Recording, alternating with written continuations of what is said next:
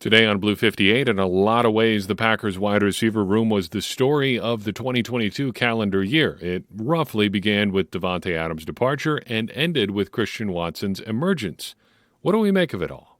Blue 58! Hello and welcome to another episode of Blue 58, the one and only podcast of thepowersweep.com. I'm your host, John Meerdink. Very happy to be with you here for another episode. I think it's fitting that we follow the discussion about edge rushers with the discussion about wide receivers, because I think there's a lot of similarities here. If you just look at what the Packers had on their roster, overall, it's hard to be too upset with what the final product was. You had some interesting players. You had a veteran guy who gave you about the best that he possibly could. You had some interesting young players emerging. And ultimately, you really could just use a little bit more. And it isn't so much that any individual player or a group of players really came up short. It's just that there was not enough talent here in the room. So let's dive into the individual receivers on the Packers roster. We set the threshold at guys we talk about in depth at 100 snaps. We have two guys who technically fall under that mark, but you'll see why we're only talking about one of them as sort of a cameo player. That's Juwann Winfree. Just 35 snaps on offense this year, down from 143 last year. I think the era of Juwann Winfree getting spot snaps in Green Bay is coming to an end, as the Packers did inject quite a bit of talent into their receiver room through the draft this past spring. There just isn't that many opportunities, or aren't that many opportunities for Winfree around in the future. It's hard to see a real path forward for him. The other guy who played fewer than 100 snaps on offense is Amari Rogers. 98 snaps on offense, 86 snaps on special teams, and for all that, 4 catches, 50 yards, 20 punt returns, 139 yards, 6 kick returns, 122 yards, and 5 fumbles. I set my expectations at a moderate level for Rogers coming into this year. The only threshold I really had for him was look like you belong on offense. There was a pretty low bar, for success for Rogers. Looking like you belong on offense, just don't look totally lost out there. I didn't think he was going to get a ton of snaps. I predicted he'd play fewer than 300 on offense. He only ended up with 98, so it ended up being a pretty solid prediction. But in terms of how it all came together, I think you're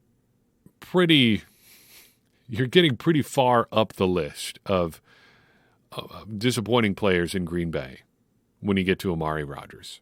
There aren't too many people ahead of him as far as the 2022 Packers go. I think we're going to get to one other guy here in a second, but it just couldn't have gone much worse.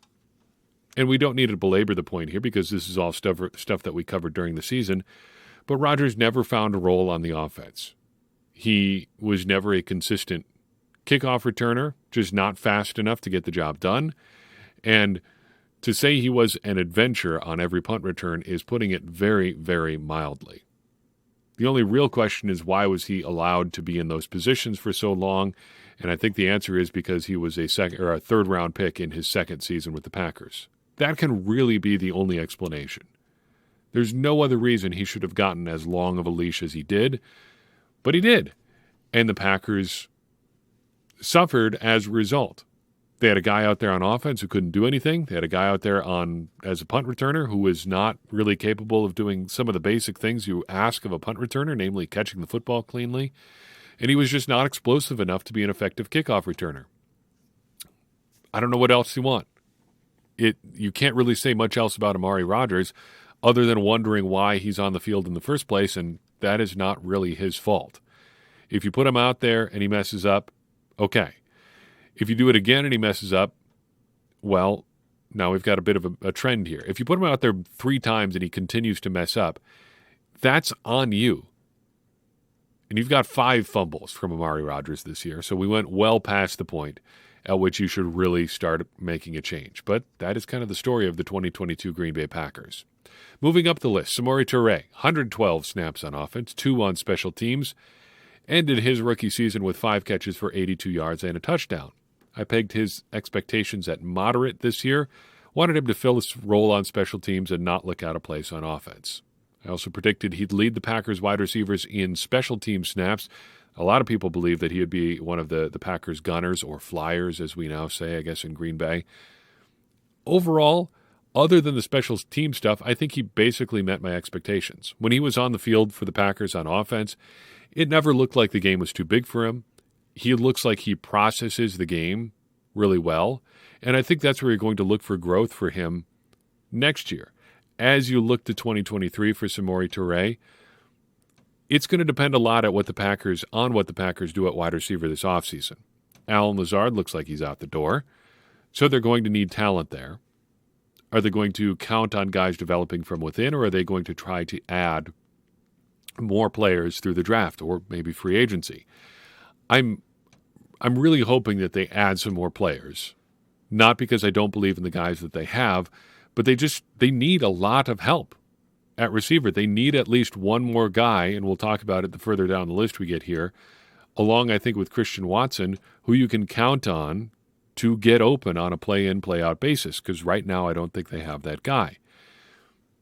Toure seems like a nice complementary piece. There are some pros and cons looking at him heading into next year. On the negative side, he's not overly big, just 190 pounds at 6'3". The weight, I think, is the problem, because I think he's not quite fast enough to be so willowy. I wish he was quicker, or I wish that he just had truly mind-bending speed at 190 pounds, because that would make him a lot more dangerous. Instead, I think you can do a lot as far as redirecting him at that size, and I think we saw Romeo Doubs and Christian Watson struggle with things related to that too. I also wonder if his skill set is essentially pretty replaceable. Yes, he does some nice things as far as just understanding where he needs to be on the field. His touchdown against the Bills was a great example of that. He just really figured out where he needed to be at that particular time, and he was there, and it was great to see. But I wonder if stuff like that is as valuable as a guy who could just run a 4.3 or a 4.4, who can really blow past defenders. What is more consistently valuable? I tend to think it is more just the physical gifts, because I feel like you could teach someone to be someone who understands defenses with experience. He should become someone, this hypothetical receiver we're talking about, should become someone who can read defenses and find the soft spots and stuff like that. That innate understanding does matter, but I just wonder if it's something that's going to set him apart from a generic super-duper athlete. There are some pros, though, to keeping Toure around, to looking ahead to his role in 2023, because I don't think the Packers are going to be actively looking to replace him. I just wonder how big his role can be. He does have a year in the system, and I think you did see him improve as the season went on. That sort of middle portion of the season where Romeo Doubs was kind of fading a little bit and Christian Watson hadn't come on quite yet, there were some good games, I think, for Toure. He does have some nice physical tools. 6'3" is nothing to sneeze at, and if he adds a little bit of weight, that helps with some of those other issues. And again, he does seem to really understand the game and his role within it. You do have questions about that, about whether or not that can be a primary skill set as a receiver, or kind of a primary selling point as a receiver, but it's certainly not a bad thing to have. It's just if that's all he's offering, you may want to go in a different direction longer term. Still, I think pretty good rookie year for a 7th-round pick. The same cannot be said for Sammy Watkins, whom the Packers invested quite a bit more in than just a 7th-round pick. Though his contract wasn't huge, he did only end up playing 279 snaps on offense. For the season, 13 catches for 206 yards. Not good.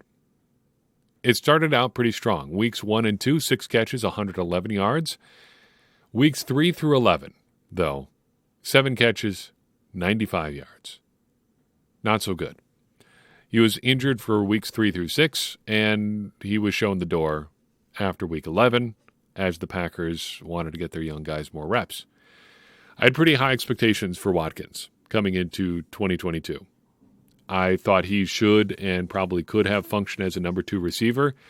For some of this, I have to blame, and I've got to say blame in air quotes, a very persuasive article by Rich Madrid of AcmePackingCompany.com. He was pretty high on Watkins, and I was buying what he was selling. I thought that his skill set really aligned with some of the things that Matt LaFleur likes to do in their offense. He still seemed to have some of the deep speed of his earlier career, flashing last year, and Rich made a pretty persuasive case about how he could use that to contribute in 2022. And accordingly, I thought he would get opportunities as the Packers' young receivers came along. In fact, I predicted he'd have 40 or more catches. None of that really came to pass. His speed, while good at times, never returned after his hamstring injury in week 2. And I don't think he was ever close to 100% after that, even after the Packers put him back out on the field. It seemed pretty clear that he was not all the way back. His ability to contribute in LaFleur's offense was minimal. And Watkins was one of the people who talked about the Matt LaFleur offense and the Aaron Rodgers offense. Based on the breakdowns that Dusty Evely and a few other people have posted analyzing some of the things Watkins did and did not do on the field, I think it's fairly safe to say that Watkins didn't pick up much of either one of those offenses to the extent that there are two in Green Bay. It just was a bad signing. And looking back to last spring and the Packers' free agency decisions at receiver, there really weren't a whole lot of other options as far as where they could go. It basically boils down to, would you have preferred the Packers sign Watkins or Julio Jones, who didn't have a tremendous year in Tampa, or shell out relatively big money for Marquez Valdes-Scantling? Now, given those three, I'm probably bringing back MVS. I'm not sure that's a great value for the money either. I think if you really held my feet to the fire and told me how the Packers receiver room was going to shake out in 2022, I probably would do it. In hindsight, given the actual numbers of where his contract and cash flow and cap space and guaranteed money all go, I think I'd probably do that deal, because a lot of the cap stuff for his contract is pretty fake. You can get out of it whenever you're sick of having MVS around for relatively low cost. I think the Packers should probably have just done the same sort of deal and at least have a guy who is more of a known commodity. Certainly, MVS was better than Sammy Watkins in 2022, and if that's the ultimate decision, the Packers missed, and the guy that they missed on is going to the Super Bowl. Randall Cobb also here in 2022. 371 snaps on offense, 7 on special teams. He appeared in 13 games. Grading on the Randall Cobb curve a little bit, 13 games is pretty good, I suppose. 34 catches for Cobb, 417 yards, 1 touchdown, 4 punt returns for 37 yards, performing some spot duty there, kind of ending his career in Green Bay, basically where it may have started. Yeah, kind of spoiling it, what's coming next year for Cobb. I think it's probably not going to be in Green Bay. Anyway, I think the expectations I had for Cobb in 2022 were fairly high. I wanted him to try to match his production basically pre-injury from 2021. I don't know if he quite got there. I did predict he'd finish the season top 5 in targets. He got to 6th, which, given how things shook out with the Packers rookies and how Robert Tonyan, I think, was higher than anybody expected in terms of, or further along in his recovery than I think we expected, and was a lot more involved in the Packers offense than I think we expected, although the overall production was, left some things to be desired, I think. 6th is not too bad for Cobb, I don't think. Pretty good year. Ultimately, I don't know where I come down on whether or not he met expectations. It depends whether you think high expectations for Randall Cobb are the same as somebody else who you may have had high expectations for. On the one hand, it did look like he was still pretty useful. 8 or more yards per target is not bad. 19 of his 34 catches went for a first down or touchdown. That's a pretty good stat line. On the other hand, he's still pretty old, and he was mostly just a first or second down player. When the Packers needed a conversion on third down, they didn't have Randall Cobb on the field a lot of the time. And he is not particularly explosive anymore. That was never really his game, blazing speed or things like that, but it certainly wasn't in 2022. So as far as next year, I would lean toward him not being in Green Bay. Brian Gutekunst as much as admitted 2 years ago that had it not been for Aaron Rodgers, Cobb wouldn't have been in Green Bay at all. So I don't think that as they're trying to decide what they want to do with Aaron Rodgers, they're really jonesing to bring back Randall Cobb. For that matter, does Randall Cobb even want to play in 2023? I think that's a fairly open question at this point. I think personally, if I was him, probably good for now. Although if somebody offered me another couple $1 million, maybe that changes a little bit. But I don't think that Randall Cobb's football home in 2023 needs to be in Green Bay. Just it's time to move on. If you're talking about moving on from the past, how about building your team around guys who are going to be here in 2024 and 2025 rather than just trying to hang on to one more season for 2023? The Packers could take that approach at a couple of different positions, you think. Christian Watson, next up. Big jump in snaps played from Cobb to Watson. But this is basically how it's going to be for the top three guys in terms of playing time at receiver. Watson, 507 snaps on offense, 14 on special teams.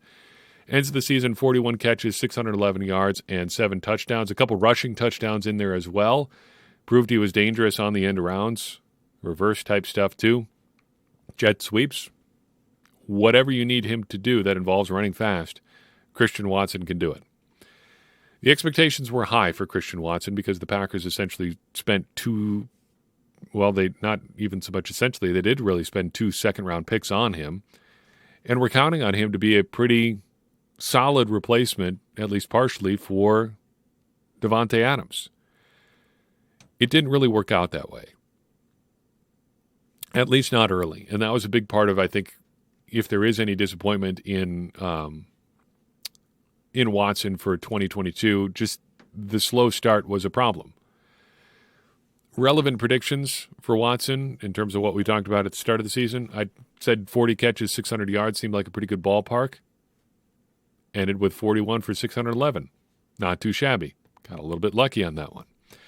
Overall, though, looking at the entirety of his 2022 season, I'd have to bill myself as pretty satisfied with Watson. Whatever skepticism there was for him as a prospect, is he just an athlete? Does he play did he just beat up on, small school competition?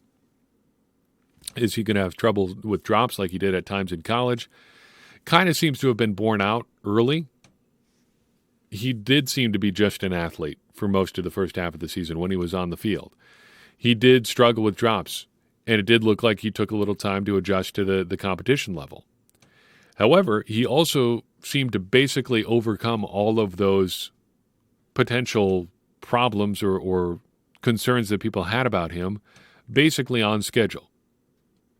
The thinking was it would take some time for him to figure out how to play at the NFL level. It did, but then once he took off, it was like, what were we so worried about? He erased any doubt you may have had. But it was a growing process, which was basically exactly what we expected.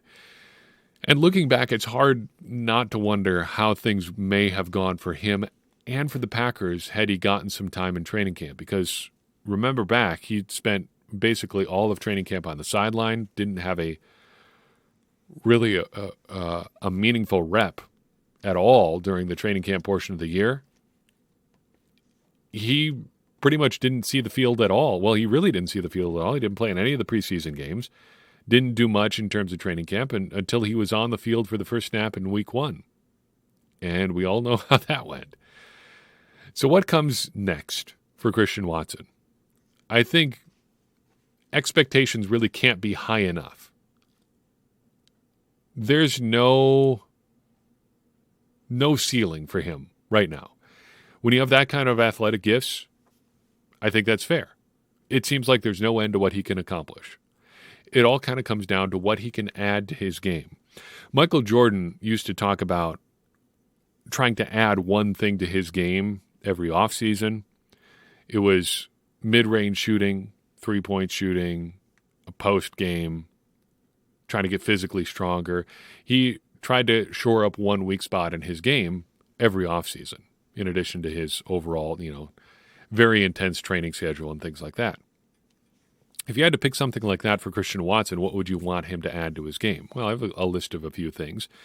First, I think you'd want him to add a little bit more nuance to his routes. That's something that all young receivers take some time to learn in the NFL, and something I think we did see signs of as his season kind of wore on. He did progress in how he was running his routes and sort of handling some of the precision,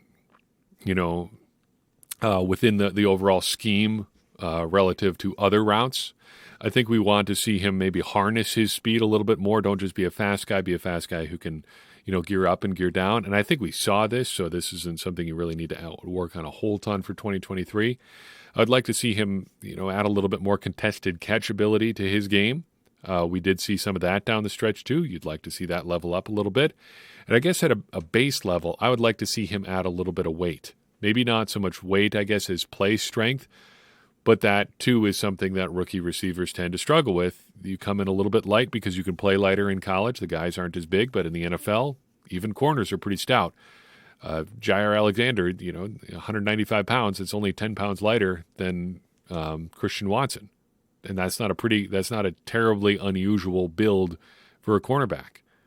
For a guy who's 7 inches shorter than Watson, that's a lot of muscle in a short, stout kind of guy. And those are difficult players to deal with for guys who are as long as Watson is. So maybe a little bit more weight or play strength to avoid getting knocked off routes, as is common for younger receivers. Still, overall, hard to be too disappointed with Watson. I think he gave you about everything you could have asked for from his rookie year. Romeo Doubs, maybe not so much, though. 529 snaps on offense, 3 on special teams, ends the season with 42 catches for 425 yards and 3 touchdowns. Expectations, I had him at a moderate level coming into the year. I wanted him to look like a plus version of Samari Toure. Predicted that he'd have 20 or more catches this year. The bar's pretty low. He did some nice things, but overall, I don't think it was a good year for Romeo Doubs. He had some good moments, but I don't think he had a very good year. Nate Silver's 538. I don't know what you call that anymore. It's the website 538. Put together something they're calling wide receiver score for this year. Using analytics and tracking data, it scores receivers in 3 areas. How often they get open, the extent to which they get open, their ability to catch the ball, how often they're catching it given where they're catching the ball, and yards after catch. Get open, catch the ball, and run with it once you've caught it. 3 pretty basic things for a wide receiver. How well do you do those things? Doubs was pretty terrible in this metric. He did not stack up well compared to other NFL wide receivers. He ranked 104 out of 111 qualifying wide receivers in this metric. He was 109th out of 111 in catch score. He was 55th, on his open score, especially bad against man coverage, and he was 74th in yards after the catch. Basically, he wasn't catching the ball when he did get open, which didn't happen all that often, and then when he did catch the ball, he wasn't doing much after the catch.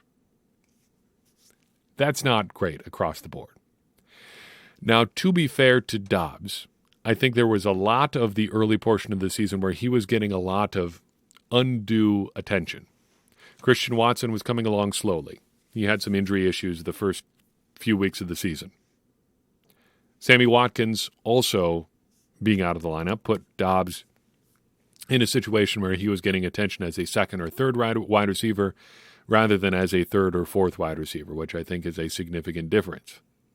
And I think Alan Lazard, being the guy he was opposite most of the year, didn't do him really any favors.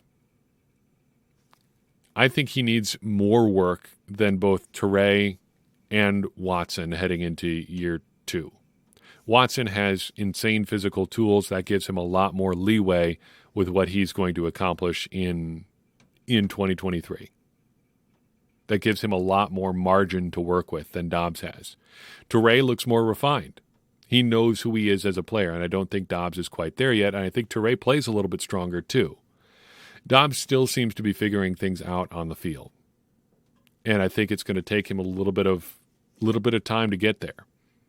I think there's no reason not to be optimistic about him. He seems like a guy who can really grow into a role where he is a sidekick instead of having to be a main target fairly early on. If he can really feast on second and third corners, which I think he is going to get the opportunity to do, he can have a very productive NFL career. Not everybody's got to be Batman, sometimes you got to be Robin.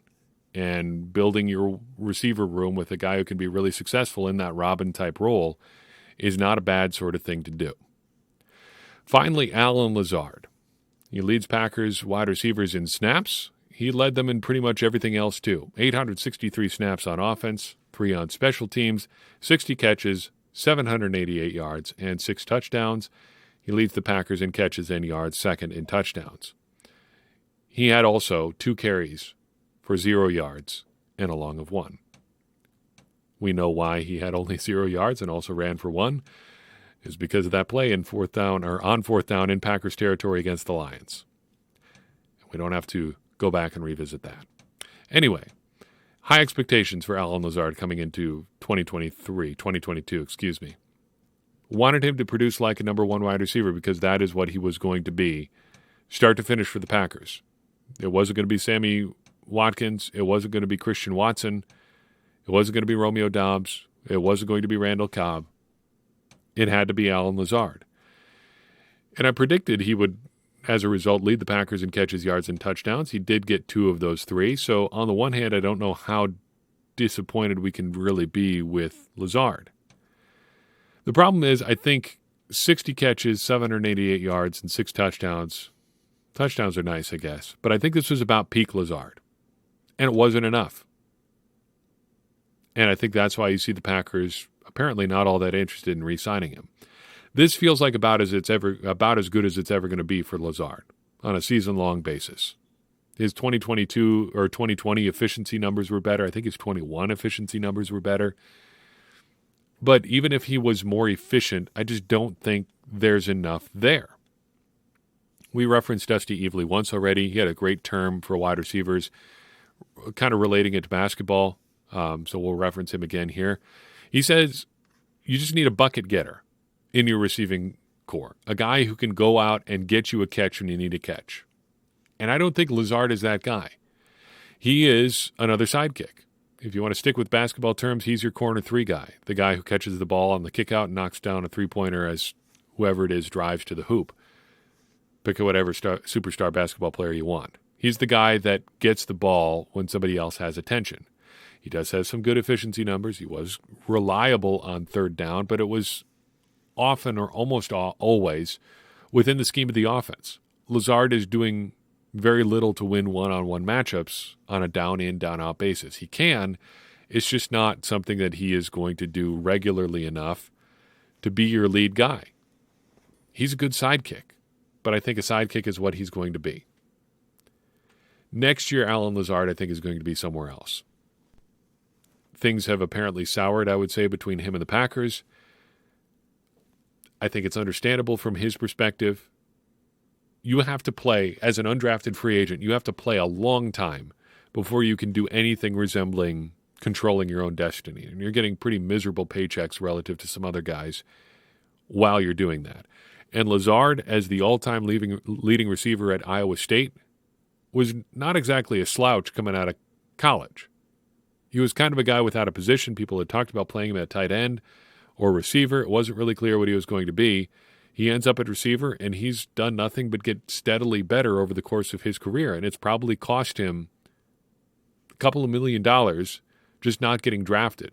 If he's a day 2 pick, say a late third rounder, he'd have been doing a lot better for himself to this point.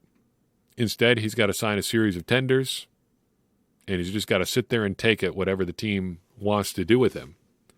Despite technically being a free agent for the last couple of off seasons, he's a restricted free agent or an exclusive rights free agent. And, you know, we never really got the full explanation on it last offseason, but it looked like a mini holdout from him, not showing up for organized and then organized team activities and then minicamp until he absolutely had to be there. You can see why.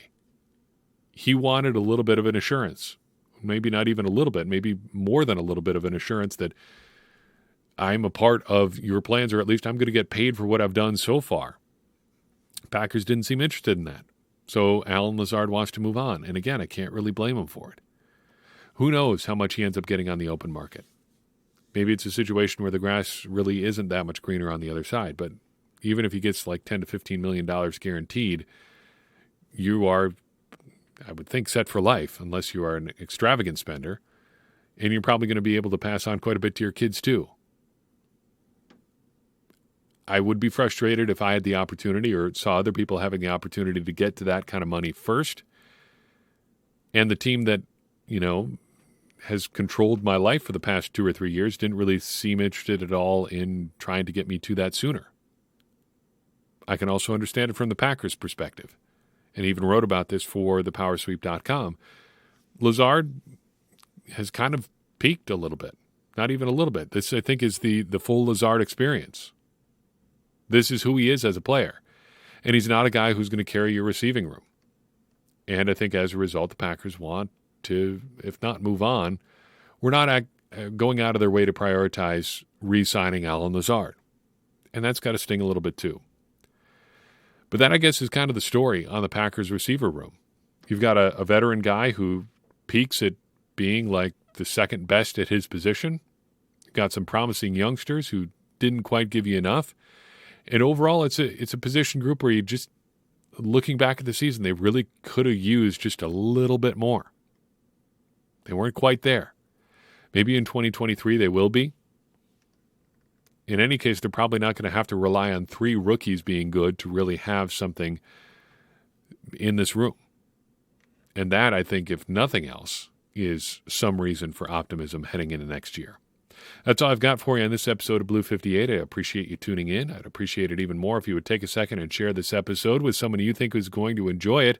It's going to help more people find the show and get more people involved in this conversation you and I are having about the Green Bay Packers, which in turn is going to help all of us, me included, become smarter Packers fans. And as I always say, smarter Packers fans are better Packers fans, and better Packers fans are what we all want to be. I'm your host, John Meerdink. We'll see you next time on Blue 58.